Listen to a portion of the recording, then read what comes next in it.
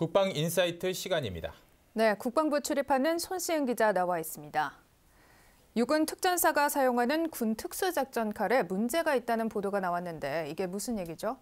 네, 지난달 26일 한 언론은 특전사용으로 공급 중인 특수작전칼이 고가임에도 칼날, 광택과 손잡이 등의 문제가 있어 대검 격투용으로 부적합한 것으로 드러나 육군이 재입찰을 거쳐 새 업체를 선정할 계획이라고 보도했습니다. 특전사가 구입한 칼은 이탈리아 폭스사 제품으로 개당 17만 4천 원에 200여 개를 구입했습니다. 송 기자, 이게 사실이라면 정말 문제가 있다는 건데 이에 대해 육군의 입장 어떻습니까? 네, 육군은 같은 날인 26일 보도자료를 통해 입장을 밝혔는데요. 전투 부적합 판정을 받았다는 지적에 대해 해당 제품은 지난해 12월 사용부대인 특전사에서 야전 운용시험 평가를 진행해 칼날의 재질과 강도, 사용 편리성과 다목적 활용 가능성 면에서 사용자 만족도가 높게 평가됐다고 밝혔습니다.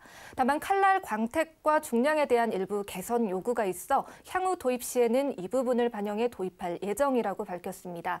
이는 특전사 요원이 사용하기에 부적합하지 않다라는 설명입니다. 또 군이 재입찰을 거쳐 새 업체를 선정할 계획이라는 보도 내용에 대해서도 해당 사업은 2017년 야전 운용시험 평가를 거쳐 올해부터는 오는 2022년까지 모두 12,000여 개를 구매하는 것으로 매년 일정 수량씩 전력화한다는 최초 계획에 따라 매년 공개 입찰 방식을 통해 업체를 선정할 계획이라고 전했습니다. 문제가 있어 새 업체를 선정하는 것이 아닌 최초의 계획에 따른 것이라는 설명입니다. 이와 함께 M9 등 미군의 대검에 비해 가격이 2배라는 지적에 대해서도 반박을 했는데요. 특수작전용 칼은 철조망 절단과 급조무기 제작 때 중요한 요소인 칼날의 재질과 강도에 의해 가격이 크게 좌우되는데요. 특전사에서 시험 평가한 제품은 스테인리스 스틸 440A, 강도 HRC 56입니다. 시중에서 유통되는 재질은 420A, 강도 HRC 53에 정품 가격대는 13만 원에서 29만 원 수준인데요. 특수작전용 칼은 일반 병사에게 지급되는 M9 등 범용 제품과 비교하는 것 자체가 적절치 않지만 고강도 특수칼인 특수작전용 칼이 일반용 대검인 M9보다 비싼 것은 당연한 결과인 겁니다. 네, 알겠습니다. 다음은 우리 공군의 자랑인 블랙 이글스 에어쇼를 평창 동계올림픽에서 못 본다는 내용의 보도가 있었습니다. 어떤 내용이죠?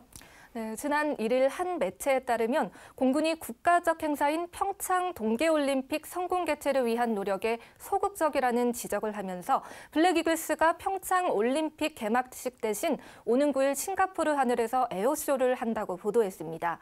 그러면서 싱가포르 에어쇼에 참가하지 않을 경우 관련 예산이 삭감돼 2019년 해외 에어쇼에 참가할 수 없어 평창올림픽 에어쇼를 참가하지 않기로 결정했다는 내용입니다. 네, 그러니까 결국 내년에 해외 에어쇼 참가 예산을 얻기 위해 평창올림픽 대신 싱가포르 에어쇼를 선택했다, 뭐 이런 보도죠? 그렇습니다. 그럼 관련 내용에 대해 공군 입장 어떤가요?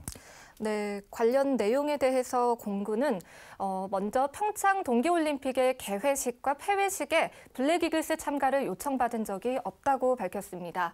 평창올림픽 개회식과 폐회식은 저녁 8시로 에어쇼를 한밤중에 한다는 게 상식적으로 맞지 않는데요. 개폐회식에 블랙 이글스의 에어쇼가 불가함은 물론 경기 중에는 항공기 소음으로 경기를 방해할 수 있다고도 설명했습니다. 또 예산 때문에 평창 대신 싱가포르 에어쇼를 참가한다는 내용에 대해서는 공군은 2019년 해외 에어쇼에 참가할 계획이 없다는 뜻을 전했습니다.